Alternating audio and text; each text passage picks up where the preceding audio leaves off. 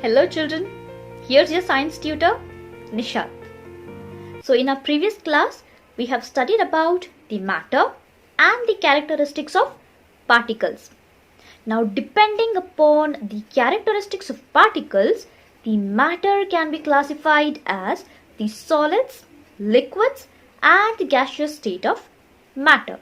And that is what we will study about today. So to begin with the solid state of matter, let us look at these few examples. Stone, table, chair, box, wooden block, chalk, nail and sugar. Now all these objects come under solids. But why? Well, let us take a stone from ground and place it on a table. Will the shape of the stone change? Will the size of the stone change? No. So this shows that the solids have a definite shape and fixed volume. The particles of these solids are very compactly or closely arranged, because of which they have high density and the forces of attraction between the particles become very strong. So, these solids have a definite shape and are very rigid. They cannot change their shape easily. But these solids can be broken if the external forces applied.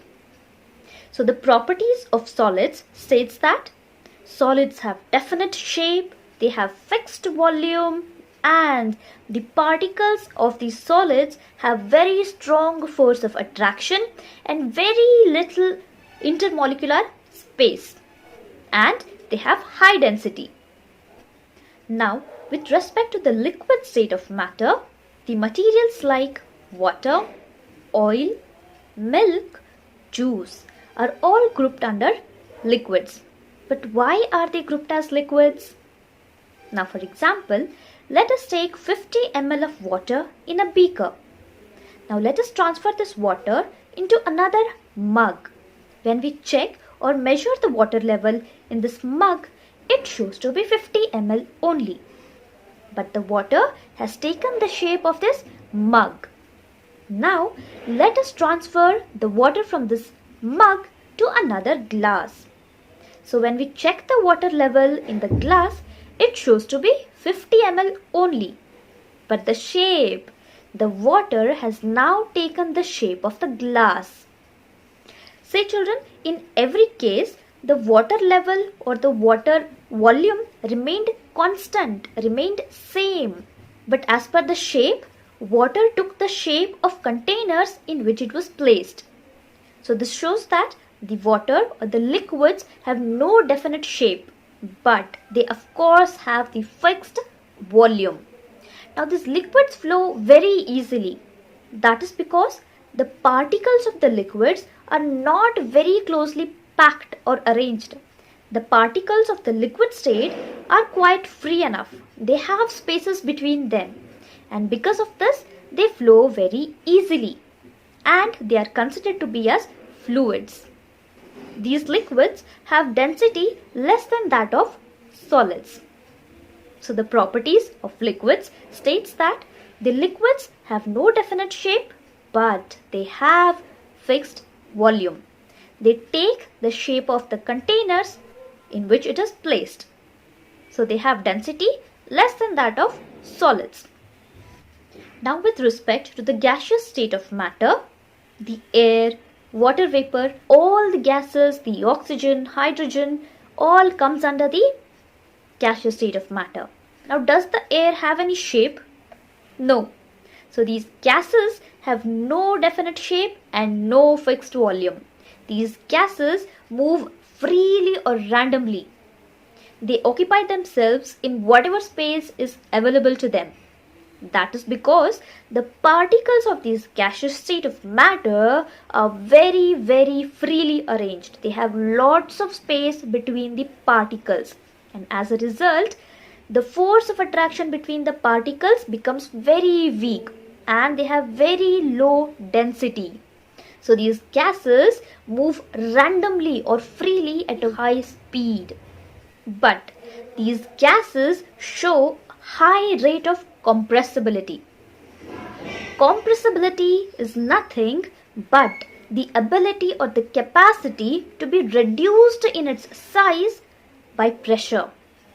So here there is a simple video clip to understand the compressibility of solids, liquids and gaseous state of matter. Compressibility, another attribute of matter.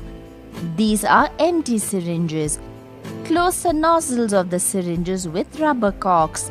Fill one syringe with chalk pieces, fill another with water and leave one syringe empty. Insert the piston and try to compress the material in the syringe. You will see that the syringe with the solids is not compressible because the solids are rigid. The syringe with water is compressible because there is greater space between particles compared to solids. The syringe which is empty is easily compressible because the particles in a gas, in this case the air in the syringe, have more space than solids and liquids. This experiment shows that gas is highly compressible compared to solids and liquids. Now because of this compressibility property of gases, they are used as LPG cylinders, that is liquefied petroleum gases, that is we use at our home for cooking. Now, have you ever wondered as to how the smell or the aroma of food that is being cooked in kitchen reaches us even if we are in the bedroom or hall? Well, that is because the particles of aroma of food intermixes or diffuses with the particles of air, and hence the aroma of the food spreads everywhere.